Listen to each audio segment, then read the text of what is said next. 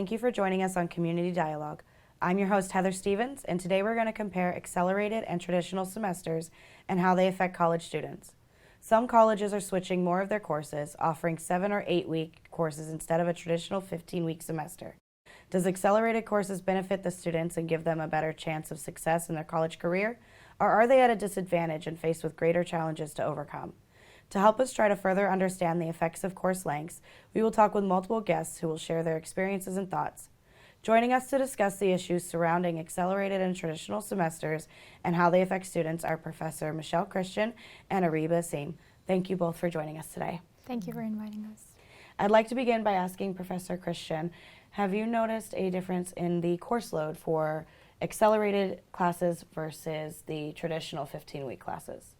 Yeah, I definitely think there's been a lot of changes that we've had to make. I've taught in both kind of formats, and I've taught in the shortened semesters even before. You know, we had many semesters before.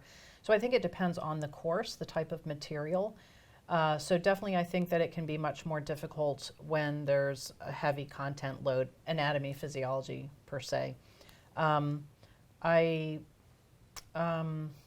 I think too that I'm much more concerned with students who have learning disabilities, that this may hit them harder. But even if they don't, I think that sometimes it can be too much information coming at them too quickly. So do you feel like the amount of the coursework and the duration of the course itself is having an impact on students' ability to learn the required material? Again, it's a complex situation. I don't think one size fits all. So I think in some courses it probably is impacting students' ability to retain. I think for some material it takes longer to take that all in and kind of self-reflect and be able to make those kind of changes mentally. And Ariba, I'd like to ask you, have you noticed a difference in the activity level in like clubs and extracurricular activities since the change to condensed classes? So there has been a significant reduction in the amount of students that attend the in-person events, clubs, and organization, but I think it is more so because of the pandemic and the transition to online classes, because even with the 7-week courses, we are like starting to see the number go back to normal or how it was pre-pandemic. So the short answer is no, it hasn't like directly impacted the student enrollment situation. And do you think that the shorter course times make the clubs and activities in correlation with like student success in their classes? Do you think it impacts that at all?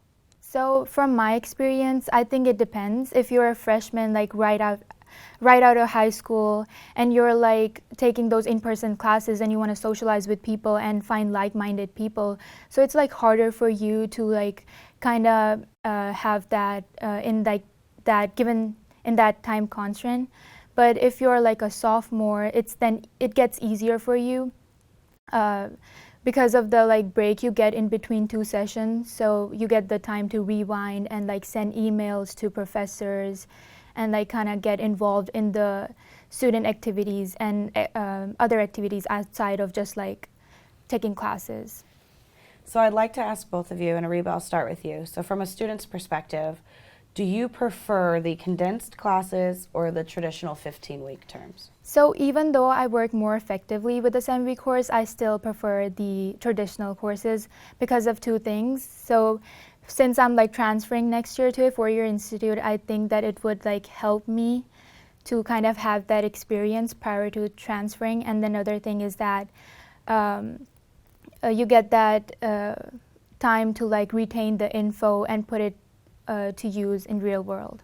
So like those are the 2 main factors. And then Professor Christian, from a professor's standpoint, what do you prefer, the condensed or the traditional? You know, it might be kind of controversial that I say I don't really have a preference because many faculty prefer the longer, but I think it depends on the course material.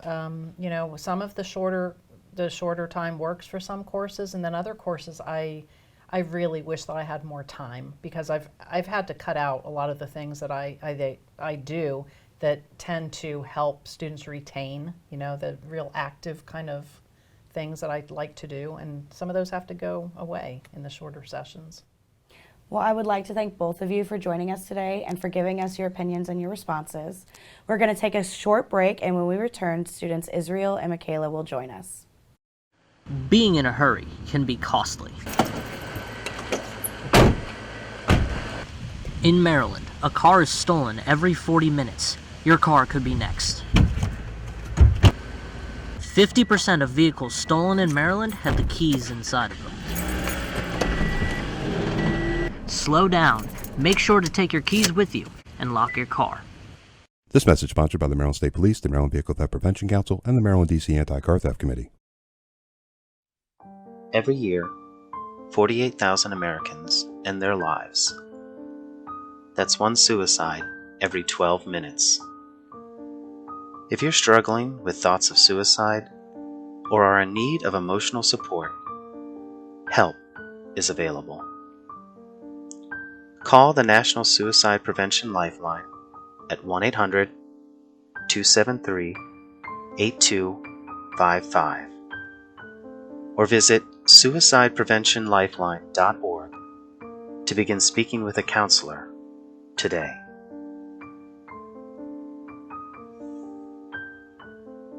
Though it may feel like you are alone, you are not.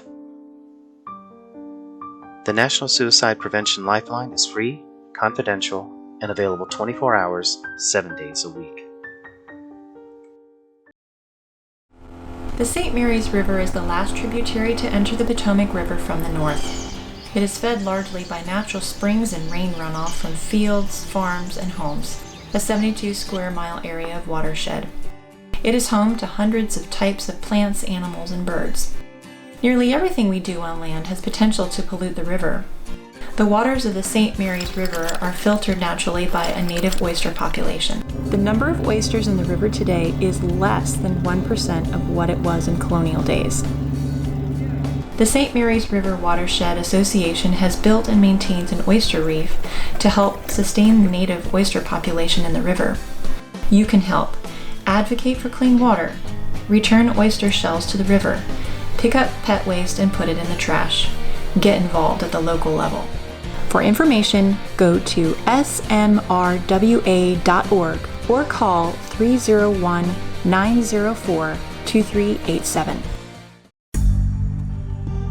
You may just think it's another day. You may just need to get somewhere.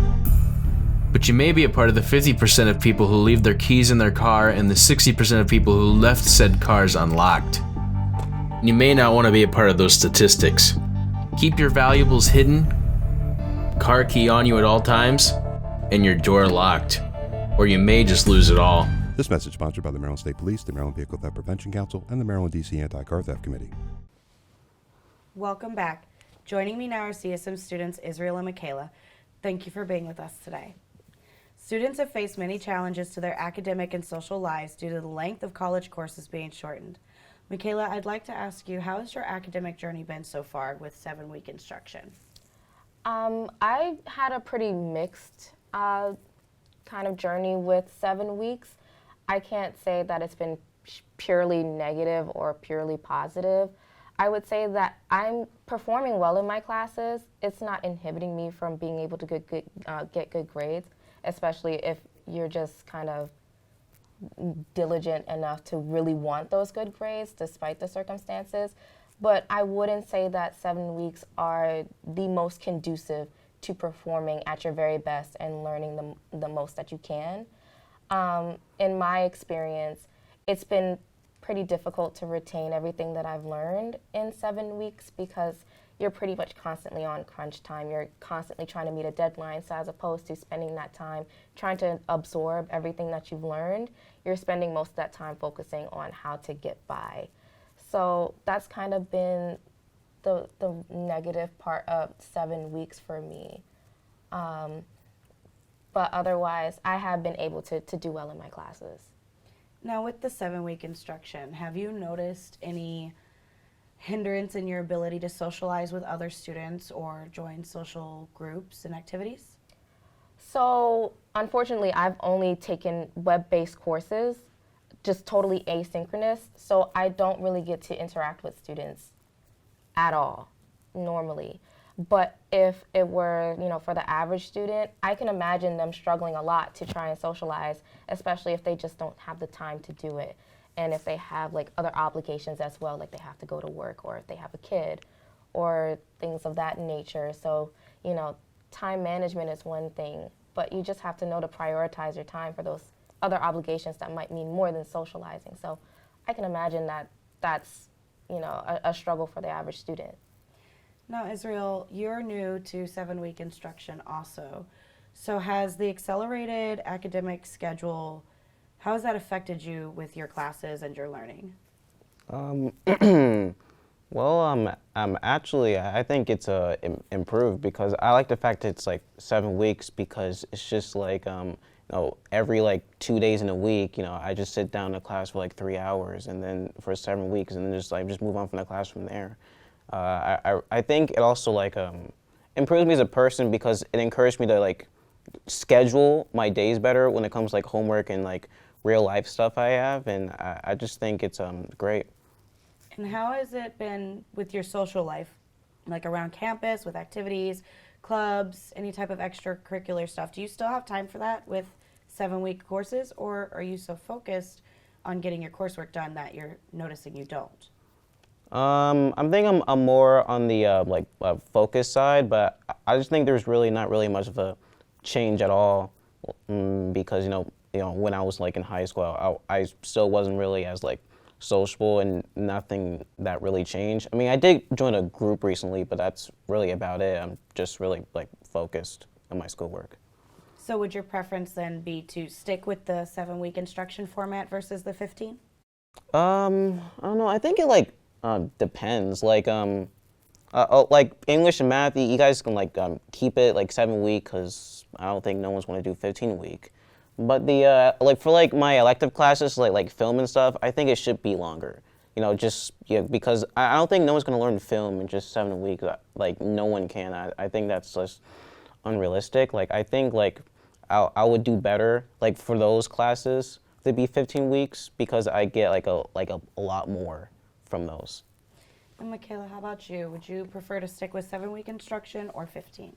I feel like I would love to experience what a 15-week semester would be like.